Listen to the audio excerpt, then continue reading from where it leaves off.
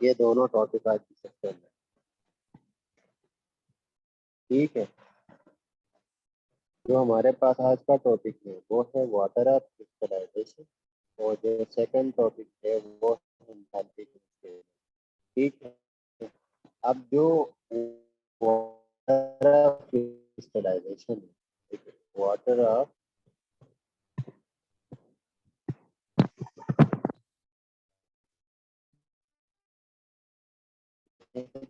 ऐसा देखिए, अगर हमारे पास कोई हाइड्रेटेड सॉल्ट, कोई भी हाइड्रेटेड सॉल्ट हो, अगर इस हाइड्रेटेड सॉल्ट को अगर हम इस हाइड्रेटेड सॉल्ट को हीट करेंगे, ये जो हाइड्रेटेड सॉल्ट है वो एनहाइड्रस बन जाता है।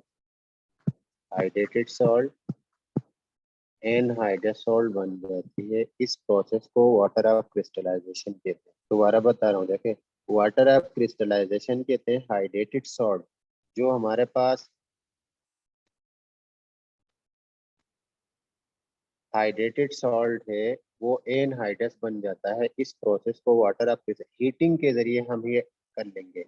यहाँ पे जैसा अगर लैब में काम करेंगे तो यहाँ पे हमारे पास हीटिंग के लिए बंसन बर्नर यूज है। ठीक है, जिसके जरिए हम कंपाउंड को हीट करेंगे, और जो बंसन बर्नर के ऊपर जो काम करके काम करेंगे उस अपरेटस का नाम होगा क्रूसिबल। एक अपरेटस होता है जिस operator का नाम क्रूसिबल में कंपाउंड डाल के हीट करने के प्रोसेस को वाटर ऑफ क्रिस्टलाइजेशन कहते हैं।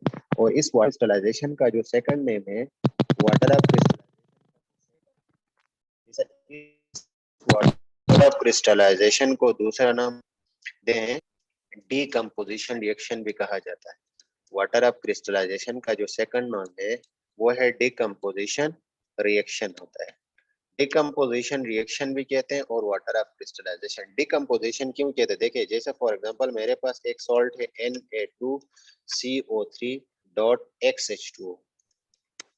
एक मेरे पास ये सॉल्ट है, एक है मेरे पास सेकंड जो सॉल्ट है वो है Na2। जो सेकंड सॉल्ट है, एक मिनट, जो सेकंड है, जो सेकंड सॉल्ट है, जैसा मेरे पास है MgSO4.10H2O, या इस तरह है। अगर यह मेरे दूसरा सॉल्ट है BaCl2 है .XH2। अगर ये मेरे पास इस तरह का सॉल्ट होगा, जैसा ये देखे, सबके साथ क्या मौजूद है, इन सबके पास ये तमाम जो होते हैं हाइड्रेटेड सॉल्ट होते हैं। ये हाइड्रेटेड सॉल्ट है, देखिए XH2 तमाम सॉल्ट हाइड्रेटेड, जिसमें पानी मौजूद होता है। जिसमें पानी मौजूद होता है उसे हाइड्रेटेड सॉल्ट कहा जाता है, जिसमें वाटर मौजूद होता है। अगर इस वाटर को हम क्या करेंगे, इस वाटर को हमें रिमूव करना है बाय यूजिंग क्रूसिबल। क्रूसिबल उसी अपरेटस में, जैसा आपने सोडियम कार्बोनेट 2 ग्राम या 3 ग्राम जितना एग्जामिनर बोल रहा है इतना आपने ऐड कर लिया। ऐड करने के बाद इसको हीट करेंगे। ऐड करने के बाद आपने क्या करना है, हीट करना है। अगर आप इस तीनों को, अगर कोई भी कंपाउंड एक है, जैसा अगर हम एग्जांपल 1 लेते हैं, इसको लेते हैं, अगर इस कंपाउंड को हीट करोगे तो अब हमारे पास होगा Na2CO3 प्लस XH2। जो मेरे पास होगा वो होगा कि मेरे पास जो कंपाउंड बना, इसे क्या कहते हैं, एनहाइड्रस सॉल्ट बना। इसे कहते हैं एनहाइड्रस सॉल्ट कहते हैं, इसे एनहाइड्रस सॉल्ट। हाइड्रेटेड सॉल्ट, इस पूरे को क्या कहते हैं, इस सॉल्ट को कहा जाता है हाइड्रेटेड सॉल्ट। जैसा हाइड्रेटेड सॉल्ट से एनहाइड्रस बना लेना, हाइड्रेटेड सॉल्ट से एनहाइड्रस बना लेना, इस प्रोसेस को वाटर ऑफ क्रिस्टलाइजेशन या डिकम्पोजिशन रिएक्शन कहा जाता है। डिकम्पोज कहते हैं पूरे कंपाउंड को ब्रेक कर लेना बाय यूजिंग हीटिंग के जरिए। जैसा अगर हम MgSO4.10H2O को अगर हम ब्रेक करेंगे तो क्या बनेगा, ये बनेगा मेरे पास MgSO4 प्लस 10H2O बन जाएगा। मीन हमारे पास जो हाइड्रेटेड था उससे एनहाइड्रस बना लिया। इस प्रोसेस को वाटर ऑफ क्रिस्टलाइजेशन कहते हैं। ये पूरा जो मेथड होता है, इस मेथड को हम बंसन बर्नर में करेंगे काम और क्रूसिबल अपरेटस यूज करेंगे। ठीक है, ये अपरेटस के नाम दो, ये यूज करेंगे। टोटल जब भी इस तरह की चीजें आपके पास आ जाएंगे, कोई आपके पास पाउडर्ड,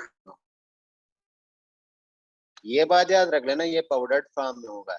जैसा अगर पाउडर्ड फॉर्म में आपको दिया हुआ है, अगर आप इस कंपाउंड को हीट करोगे तो ये कंपाउंड एनहाइड्रस बन जाता है। इस प्रोसेस को वाटर ऑफ क्रिस्टलाइजेशन कहा जाता है।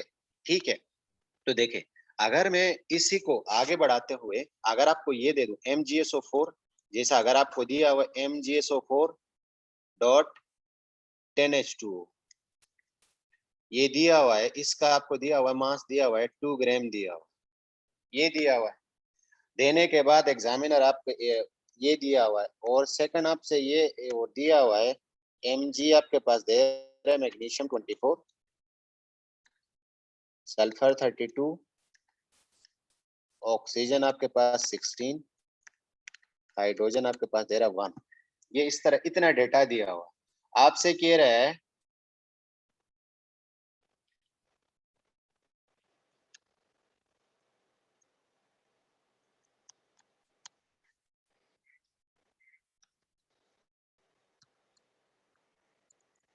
Find the mass of anhydrous salt.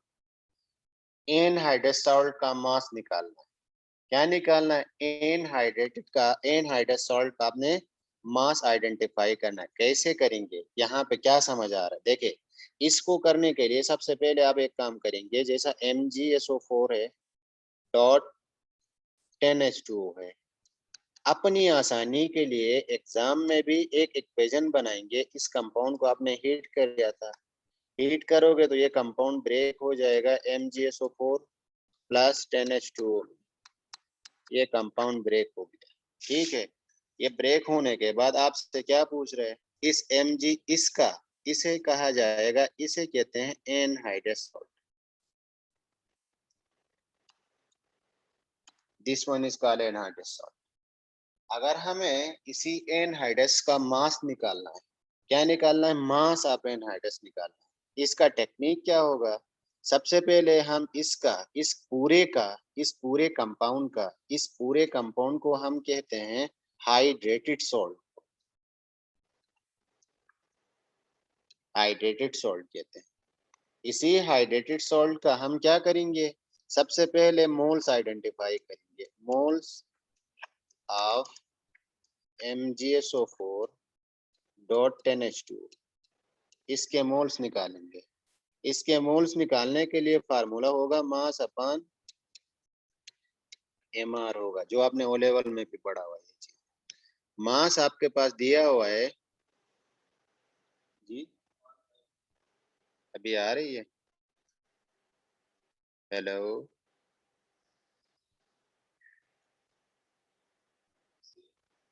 आपका, ठीक है, मास अपॉन mR होगा। मास आपके पास दिया हुआ है 2 ग्राम दिया हुआ, मास दिया हुआ 2 ग्राम।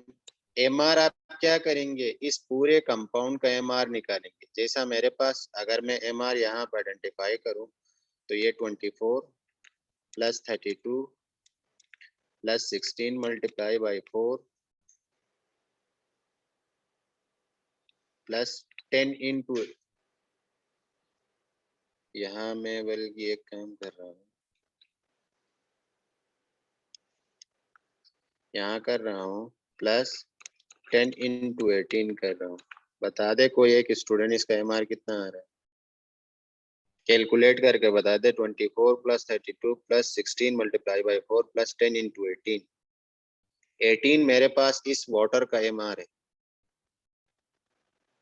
जी बेटा, बता दे कितना MR आ रहा है?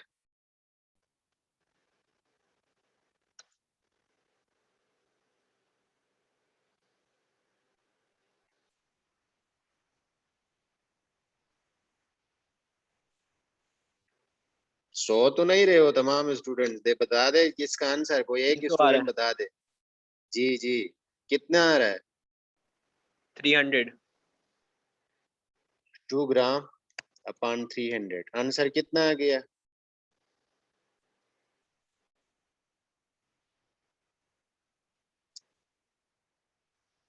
2 डिवाइड बाय 300 करने से आंसर कितना आ गया?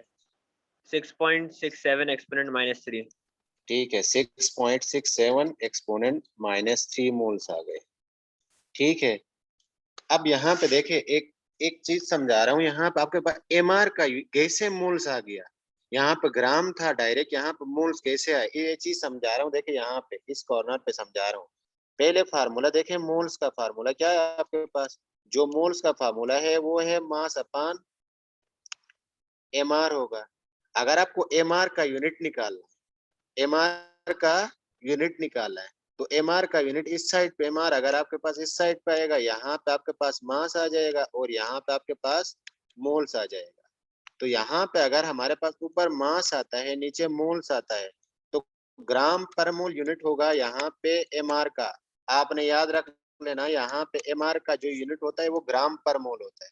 ये बात यहाँ पे स्टूडेंट को समझ आना चाहिए यहाँ पे। तो इसका मतलब ग्राम पर मोल, यहाँ पे अगर ग्राम पर मोल करेंगे तो मेरे पास क्या होगा, ये ग्राम इस ग्राम से कैंसिल आएगा, कैंसिल होगा, तो हमारे पास आंसर मोल्स में आएगा। ये बात आपने ध्यान में बिठाना है यहाँ तक।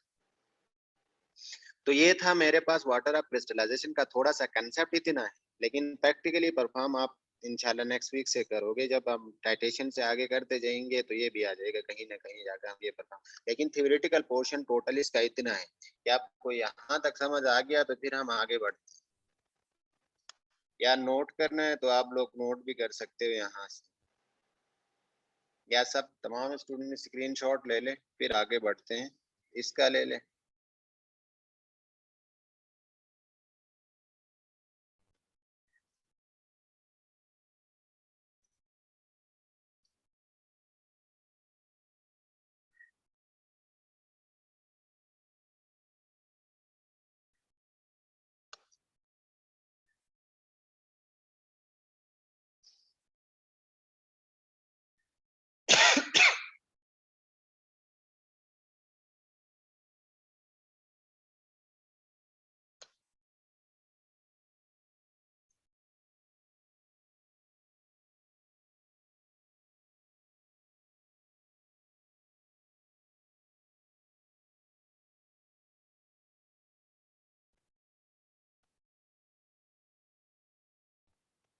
ठीक है, आगे बढ़े।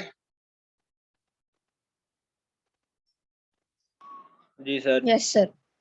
ठीक है, देखिए अब नेक्स्ट जो मेरे पास टॉपिक है वो रिलेटेड है आपके पास एंथैल्पी चेंज के।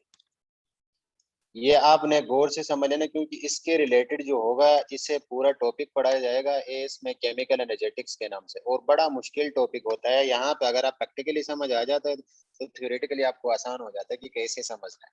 देखिए एंथैल्पी चेंज को रिप्रेजेंट किया जाता है, पहले बात आपने याद रखना है, इसको डेल्टा एस से रिप्रेजेंट किया जाता है। ठीक है, इसका होता है डेल्टा एच, और इसका जो यूनिट होता है, यूनिट जब भी आप फाइंड आउट करोगे वो होता है किलोजूल पर मोल होता है। आंसर इसमें आता है, सबसे पहले आपको जूल्स में निकालना होता है, फिर किलोजूल में कन्वर्ट करना है, तो फिर किलोजूल पर मोल में कन्वर्ट करना होता है।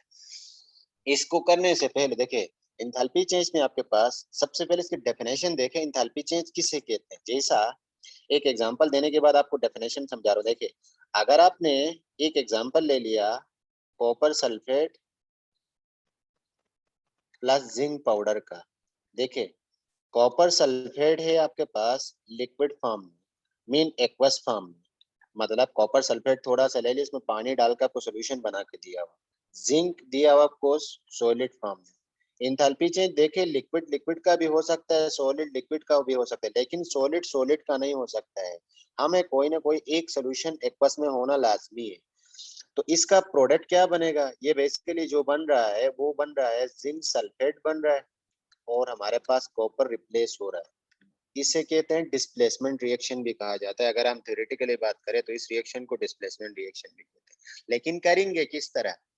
देखिए कॉपर सल्फेट आपने क्या किया, किसी एक बीकर के अंदर आपने कॉपर सल्फेट 50 cm क्यूब डाल दिया, उसमें जिंक पाउडर कॉपर नहीं सबसे पहले आपको मेथड बताओ। देखिए ये आपने ले लिया, ये आपके पास होता है, ये आपने प्लास्टिक का बीकर ले लिया। पहले सबसे पहले आपने क्या किया, एक बीकर ले लिया, ये बीकर है आपके पास, 250 cm³ बीकर ले लिया। लेने के बाद इसी बीकर में आप क्या कर रहे हो, इसी बीकर में आप फिट कर रहे हो प्लास्टिक कप को। क्या कर लिया, प्लास्टिक कप। प्लास्टिक कप का मतलब ये हो गया कि जैसा हमारे पास जो पुरान चाय वाला जो नहीं देते डिस्पोजेबल कप, जिसे पॉलीस्टाइरीन कप कहा जाता है, वो वाले कप ही, उसी कप को कहा जाता है पॉलीस्टाइरीन कप। ये इसलिए यूज करते हैं क्योंकि इससे हीट लॉस नहीं होती। पहले बात, हम बीकर में ही क्यों डाल रहे हैं प्लास्टिक कप को, इसलिए डाल रहे हैं, देखिए जब भी आप कोई भी, अगर हमारे पास हैजर्ड्स केमिकल है जैसा H2SO4 है, अगर आप फॉर एग्जांपल H2SO4 और सोडियम हाइड्रोक्साइड का एंथैल्पी चेंज निकालना चाह रहे हैं, तो उस केस में सल्फ्यूरिक एसिड क्या होता है, एग्रेसिव होता है, ये डेंजरस होता है बॉडी के लिए। तो सबसे पहले हम इसलिए बीकर में डालते हैं ताकि आप प्लास्टिक कप को शेक, कोई थर्मामीटर के जरिए शेक करोगे तो इसमें कोई होल हो जाता है, होल की वजह से ये जो सल्फ्यूरिक एसिड है वो डिस्कार्ड हो जाता है, तो फिर बॉडी पे लग जाता है। इससे अवॉइड करने के लिए हम बीकर रखते ताकि इससे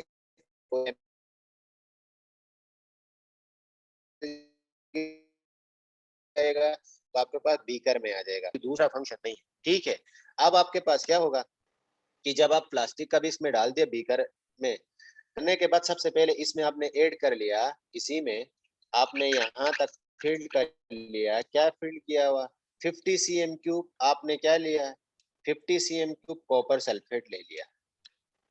लेने के बाद आप इसमें क्या करेंगे, 50 cm³ लेने के बाद इसी में आप थर्मामीटर डिप करोगे। ये थर्मामीटर होगा, थर्मामीटर डिप करके आपने टेम्परेचर नोट कर, जैसा अगर इनिशियली तुम्हारे पास टेम्परेचर था 25 डिग्री सेंटीग्रेड, T1 इतना था टेम्परेचर, इनिशियली इतना था। अब आपने क्या किया, इसी टेम्परेचर नोट करने के बाद आपने जिंक पाउडर जितना भी, जैसा अगर आपको बोला 2.312 ग्राम डालना है, तो आपने बैलेंस मशीन पे मेजर कर लिया। मेजर करने के बाद ये जिंक पाउडर इस केमिकल में, इस सोल्यूशन में डाल दिया। ये सोल्यूशन बेसिकली है कॉपर सल्फेट का। अब कॉपर सल्फेट का डालने के बाद या तो ये टेम्परेचर इंक्रीज होगा या तो डिक्रीज होगा, वो जो भी होगा वो बाद में देखेंगे। अगर टेम्परेचर फॉर एग्जांपल तुम्हारे पास इंक्रीज होकर 35 तक चला गया, इंक्रीज हो गया, टेम्परेचर बढ़ गया, अब इन जिंक और कॉपर सल्फेट को मिक्स करने के बाद जितनी भी हीट मिली, उस हीट को क्या कहा जाता है, इंथैल्पी चेंज कहा जाता है। दोबारा बताओ, देखो अगर इसकी डेफिनेशन देखें तो हम डेफिनेशन क्या लिखेंगे, इसकी डेफिनेशन लिखेंगे, टोटल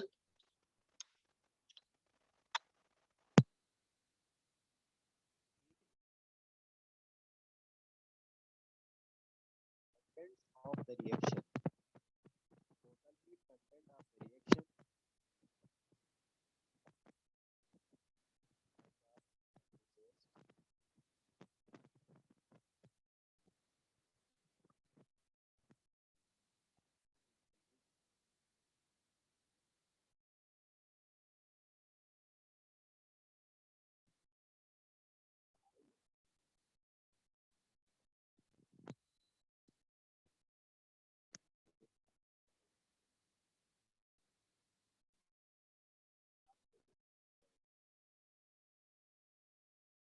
मेरी आवाज आ रही है आप लोग? सर बहुत हल्की आ रही है।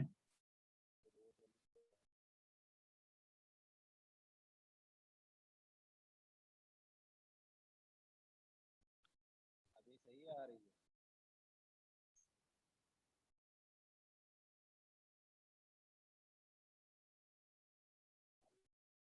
ठीक है, देखिए total heat contents of the reaction are called enthalpy change. Enthalpy change और या हीट एनर्जी कहा जाता है, इसे हीट एनर्जी। दोबारा सर बताओ। आवाज बहुत कम आ रही सर आवाज नहीं आ रही।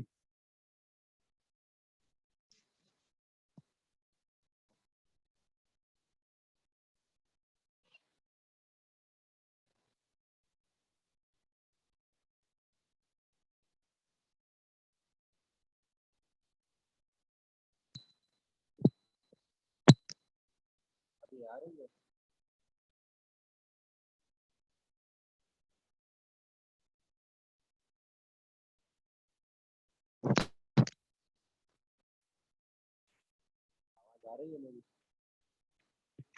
नहीं सर, अभी भी नहीं आ रही। आ रही है।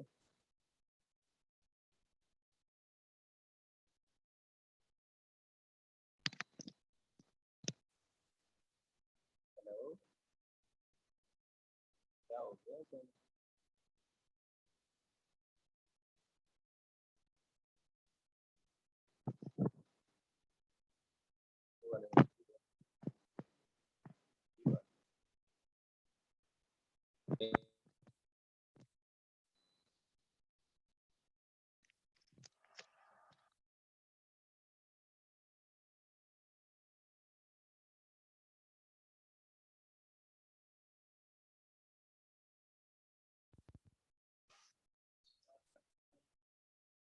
हेलो,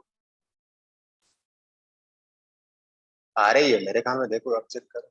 सर आ रही है। जी सर, अब आ रही है। अब आ रही है ना? जी सर। ठीक है, देखे अब यहाँ पे हम ये बात कर रहे थे, एंथैल्पी चेंज की डेफिनेशन ये बता रहे थे कि total heat contents of the reaction. Contents का मतलब ये हो गया कि इस कंटेंट के अंदर आपके पास, ये कंटेंट्स का मतलब ये हो गया कि ये कंटेंट्स, इसमें आपके पास कॉपर सल्फेट और जिंक सल्फेट मिक्स करने के बाद जो एनर्जी निकल रही है, जैसा हमारे पास अगर हमें डेल्टा टी निकालूं तो T2 - 3, जितनी जैसा 10 डिग्री सेंटीग्रेड जितनी हीट मिली, उस हीट को इंथैल्पी चेंज कहते हैं। दोबारा रिपीट कर रहा हूं, देखे total heat contents of the reaction are called enthalpy change, और या हीट एनर्जी कहते हैं। फार्मूला अगर आपसे पूछा जाएगा तो हीट एनर्जी और इंथैल्पी चेंज का फार्मूला वो होता है mc डेल्टा टी। वो थी जब प्रैक्टिकल परफॉर्म करेंगे वहां पे समझा दूंगा, जस्ट अभी डेफिनेशन तक देखना है कि total heat contents of the reaction are called enthalpy change होती है। देखिए अगर यहाँ पे एक क्वेश्चन कभी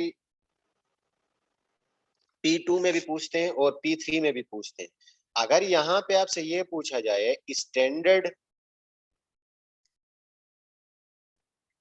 इंथैल्पी चेंज, तो स्टैंडर्ड इंथैल्पी चेंज किस तरह डिफाइन करेंगे? हमने सिंपल इंथैल्पी चेंज को हमने ये बोला कि भाई total heat content of the reaction is called enthalpy change, हमने ये बोला। लेकिन स्टैंडर्ड का वर्ड आएगा तो डेफिनेशन में भी थोड़ी चेंजिंग करनी पड़ेगी। क्या चेंजिंग करनी पड़ेगी? ये करने पड़े total heat contents of the reaction under standard condition, under standard condition are called standard enthalpy change। दोबारा बता रहा हूं, देखिए total heat contents of the reaction under standard condition. इस अंडर स्टैंडर्ड कंडीशन का क्या मतलब है? स्टैंडर्ड कंडीशन का क्या मतलब होता है? अगर आपसे स्टैंडर्ड कंडीशन पूछा जाए तो स्टैंडर्ड कंडीशन P1 में अगर आपसे पूछा जाए तो आपके पास जो टेम्परेचर होता है, जो टेम्परेचर होता है वो होता है आपके पास 25 डिग्री सेंटीग्रेड और या 298 केल्विन। ये स्टैंडर्ड है, ये फिक्स्ड है, मतलब आप चेंज नहीं कर सकते। जितनी स्टैंडर्ड वैल्यू है वो ये, जैसा टेम्परेचर है आपके पास इतना है। प्रेशर जो आपके पास है वो आपके पास 1 atm है, और कंसंट्रेशन जो है आपके पास 1 मोल पर डीएम क्यूब है। 1 मोल पर डेसीमीटर क्यूब ये कंसंट्रेशन है, वो कंसंट्रेशन का यूनिट ये मोल पर डीएम क्यूब है। ये स्टैंडर्ड कंडीशन है। तो इंथैल्पी चेंज का मतलब ये हो गया कि जितनी भी हीट आपको इवोल्व हो रही है, चाहे वो एक्सोथर्मिक है एंडोथर्मिक है, वो अब हमें अभी बता रहा हूँ आगे आगे। लेकिन यहाँ तक जो हमारे पास हमें ये समझना था, वो ये समझना था कि इंथैल्पी चेंज बेसिकली होता क्या था। क्योंकि ओ लेवल में हमें ये समझ नहीं आ रहा था कि डेफिनेशन के हद तक हम थे, लेकिन अब जब प्रैक्टिकली आपने क्या परफॉर्म करना, जैसा भी आपके सामने केमिकल रखा जाएगा कि जैसा दो केमिकल या दोनों लिक्विड में होंगे, या एक सॉलिड एक लिक्विड में होगा, या दोनों लिक्विड में, या एक सॉलिड एक लिक्विड में, लेकिन दोनों सॉलिड का हम इंथैल्पी चेंज फाइंड आउट नहीं कर सकते। कोई भी एक सॉल्यूशन एक्वस में होना लाजमी है। यहां तक ये समझ आ गया। देखो इंथैल्पी चेंज फाइंड आउट करने के कितने मेथड्स है। Methods to find enthalpy change. कौन बताएगा? पता है आपने ओ लेवल में थोड़ा बहुत पढ़ा हुआ है कि आपने कितने मेथड्स है इंथैल्पी चेंज को फाइंड आउट करने के, कितने मेथड्स के जरिए हम enthalpy heat energy mean enthalpy change निकाल सकते हैं? कौन बताएगा? नंबर 1 आपने ओ लेवल में किया हुआ थोड़ा बहुत बोर्न एनर्जीज मेथड होगा कि बोर्न एनर्जीज आपको डेटा बुकलेट में गिवन होंगी, उनके जरिए हम आइडेंटिफाई करते हैं। सेकंड जो मेथड होता है वो होता है calorimetric method. Calorimetric method होता है। नंबर 1 बोर्न एनर्जी मेथड हो गया, नंबर 2 आपके पास कैलोरी मैट्रिक मेथड हो गया, एंड नंबर 3 आपके पास जो मेथड यूज होगा वो होगा हेसिस लॉ। ये 3 मेथड्स है जो हम फाइंड आउट कर सकते हैं। ये बॉन्ड यहाँ पे देखे, ये 3 मेथड के जरिए हम बॉन्ड एनर्जी फाइंड आउट कर सकते हैं, वो sorry enthalpy change find out कर सकते हैं। नंबर 1 है आपके पास बॉन्ड एनर्जी, नंबर 2 आपके पास है कैलोरीमेट्रिक मेथड, एंड नंबर 3 है आपके पास हेसिस लॉ। ये जो बॉन्ड एनर्जी मेथड और हेसिस लॉ वाला आप P2 में पढ़ोगे, ये दोनों P2 मेथड है। P2 में आप थ्योरेटिकल पोर्शन है, लेकिन जो हम लैब में काम करेंगे P3 में जो काम करेंगे वो होगा कैलोरीमेट्रिक मेथड, जो हम लैब में यूज करेंगे। समझ आ गया? देखिए दोबारा रिपीट कर रहा हूँ कि ये 3 मेथड्स के जरिए हम इंथैल्पी चेंज फाइंड आउट कर सकते हैं। Number 1 bond energy methods, number 2 calorimetric method, and number 3 Hess's law method. ये 3 मेथड से इनके जरिए हम इंथैल्पी चेंज को फाइंड आउट कर सकते हैं। बॉन्ड एनर्जी और हेसिस लॉ P2 में पढ़ोगे, कैलोरीमेट्रिक मेथड आप P3 में पढ़ोगे। देखे अब यह हम आगे बढ़ते हैं, ये कैलोरीमेट्रिक मेथड क्या होता है?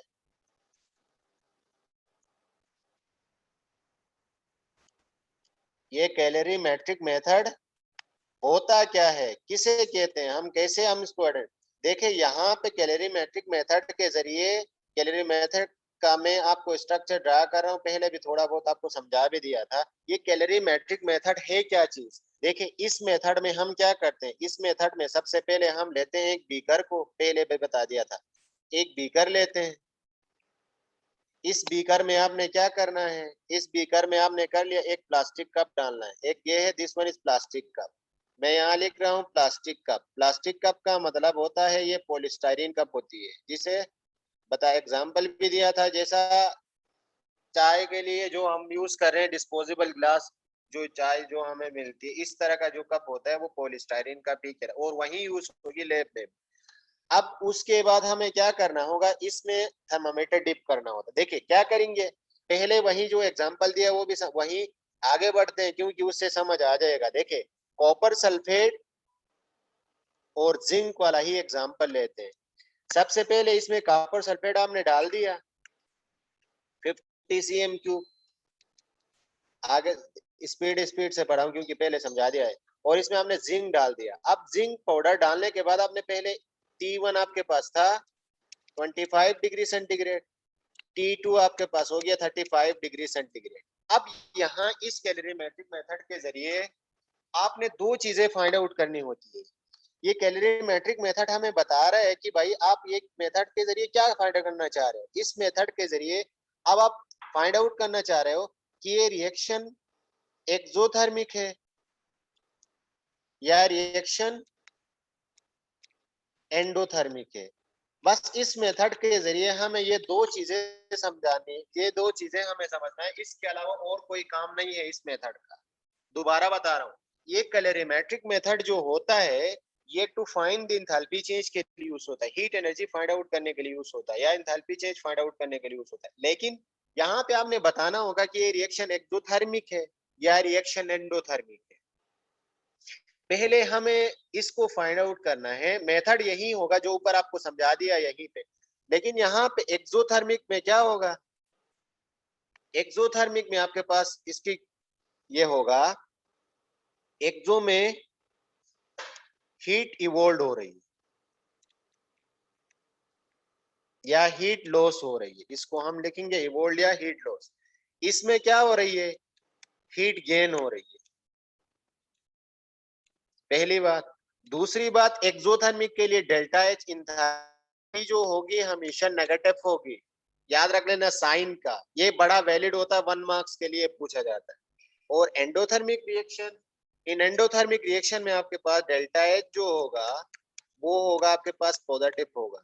यहाँ बस ये दो चीजें समझना है। देखिए यहाँ पर आप थ्योरी में भी P2 में भी इस तरह के क्वेश्चन आप कर सकते हो, लेकिन लेब में आप क्या करेंगे, लेब में कैसे बताएंगे रिएक्शन एक्स है या रिएक्शन एंड है, यहाँ पे हीट गेन और हीट लॉस हमें दिखाई तो नहीं दे रहा है, तो कैसे आप आइडेंटिफाई करेंगे। अब आते हैं ऊपर की तरफ, कैलोरीमेट्रिक मेथड बताएगा कि ये रिएक्शन एक्सो है या रिएक्शन एंडोथर्मिक है। कैसे, अगर इनिशियली कॉपर सल्फेट में आपके पास टेम्परेचर था 25 degree centigrade, after adding zinc powder add करने के बाद टेम्परेचर हो गया इंक्रीज।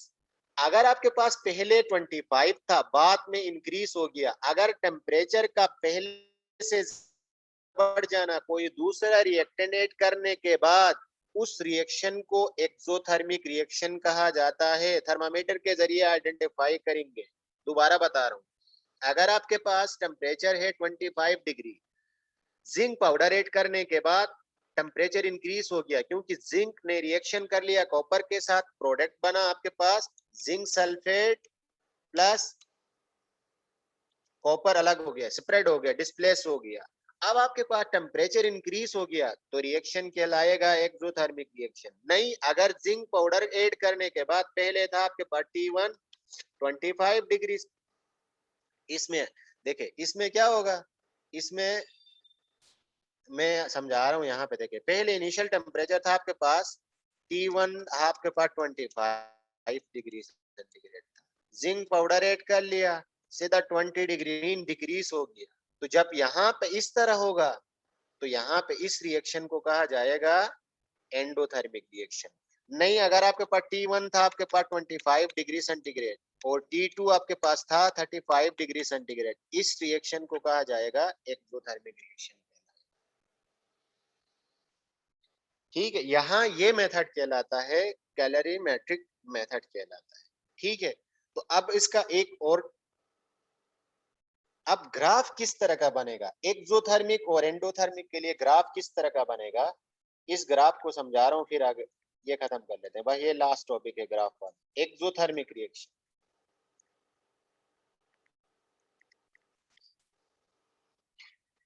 इसके लिए जो पहले याद ये रखना है, यहाँ पे हमारे पास इसके लिए एक्सोथर्मिक में क्या होती है, रिएक्टेंट की एनर्जी ग्रेटर होती है, प्रोडक्ट की एनर्जी कम होती है।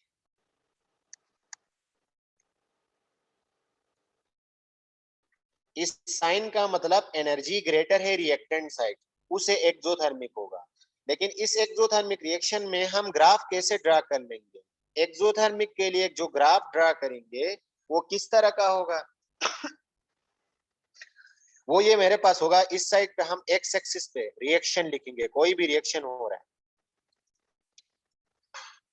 वाई एक्सिस में आप लिखेंगे एनर्जी को, हम करेंगे एनर्जी, तो इसका मतलब रिएक्टेंट की एनर्जी ज्यादा है। जैसा अगर मैं ग्राफ ड्रा करूं, किस तरह का ग्राफ बनेगा, ये है मेरे पास रिएक्टेंट, ये है मेरे, मैं इसको एक मिनट थोड़ा सा,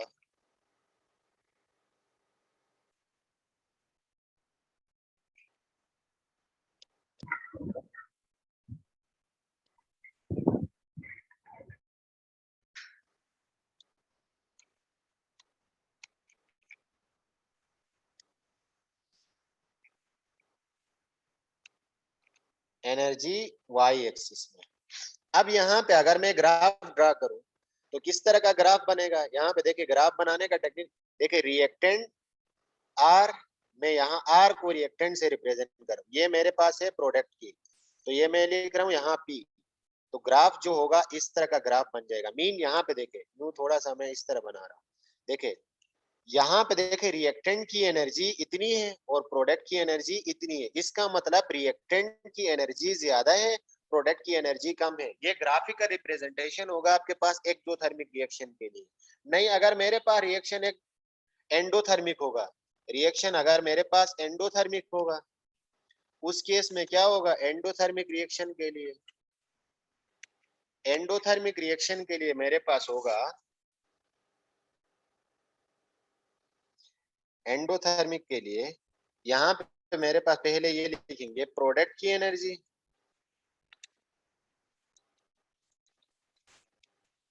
ज्यादा है, रिएक्टेंट की एनर्जी कम है।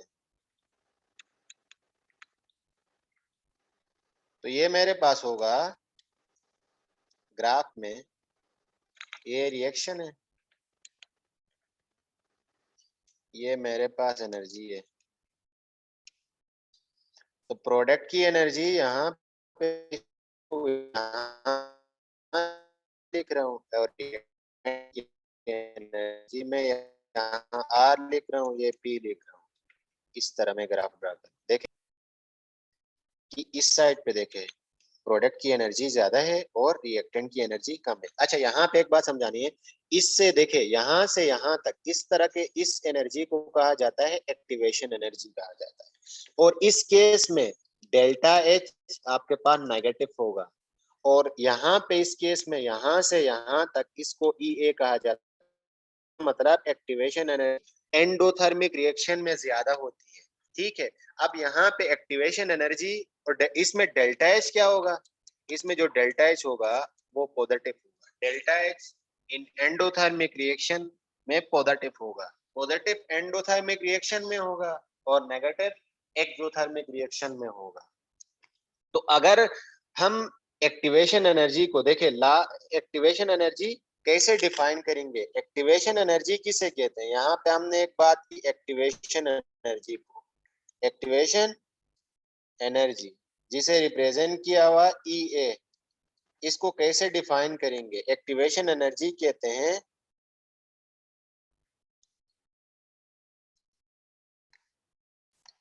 Amount of energy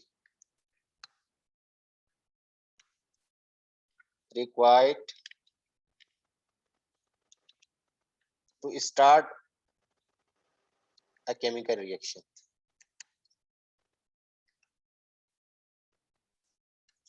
amount of energy required, कोई भी केमिकल रिएक्शन को स्टार्ट करने के लिए जो एनर्जी यूज होती है उस एनर्जी को एक्टिवेशन एनर्जी कहा जाता है। और इस उसकी अगर हम दूसरी डेफिनेशन को अगर हम करें तो दूसरी डेफिनेशन ये होगी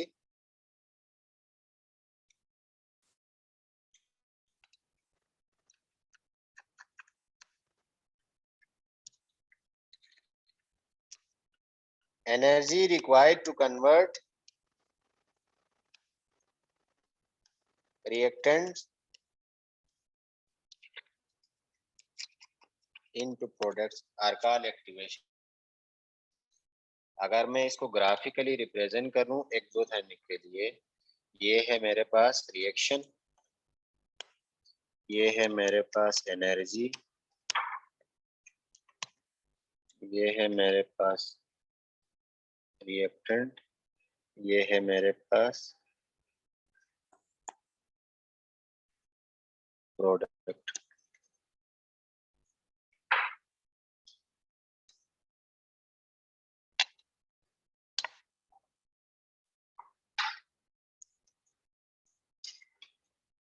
यहाँ से यहाँ तक ये एनर्जी को एक्टिवेशन एनर्जी कहा जाता है। ठीक है, ये था आज का टॉपिक कि जो इंथैल्पी चेंज और वाटर ऑफ क्रिस्टलाइजेशन के रिलेटेड। जी समझ आ रहा है, कुछ नहीं आ गया, थोड़ा बहुत समझ आ रहा है थ्योरेटिकल पोर्शन, ये इतनी थ्योरी आ पढ़ेंगे। गया सर आसान है। ठीक है, आ गया। जी सर आए।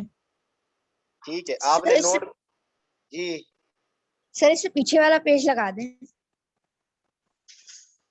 ये वाला जी ठीक है, नोट कर।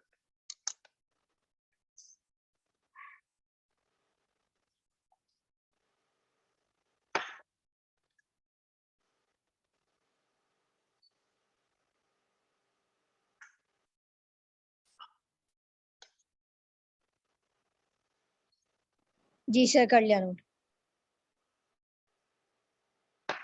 ठीक है, एनी क्वेश्चन अगर किसी स्टूडेंट का, देखे यहाँ थ्योरेटिकल पोर्शन में बस इतनी ही लैब में इतनी थ्योरी पढ़ेंगे, बाकी आप प्रैक्टिकली परफॉर्म करोगे इतने ज्यादा। बस जैसा हर टॉपिक का इतना ही, जैसा 10-20 मिनट का लेक्चर होगा, उसके बाद आप प्रैक्टिकली खुद परफॉर्म करते रहोगे। इंशाल्लाह नेक्स्ट वीक से सारा सिस्टम ओपन हो रहा है, तो इसमें आप खुद प्रैक्टिकली जितना परफॉर्म करो।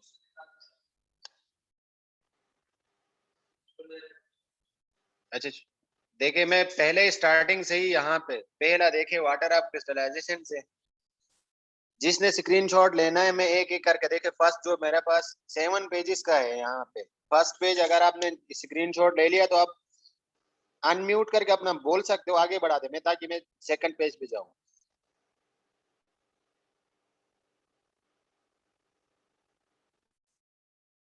ठीक है, सेकंड पेज मेरे पास ये है।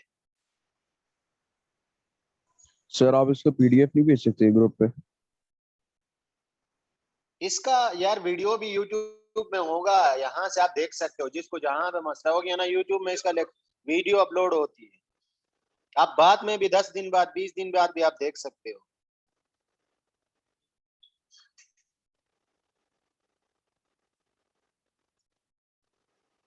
देखिए ये एंथैल्पी चेंज,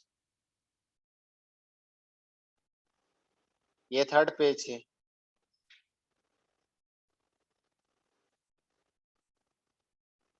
इसके बाद ये फोर्थ वन है।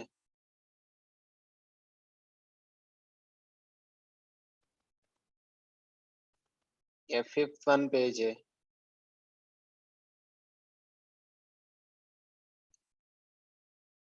ये सिक्स्थ, और दिस वन ये लास्ट वाला एक्टिवेशन एनर्जी वाला।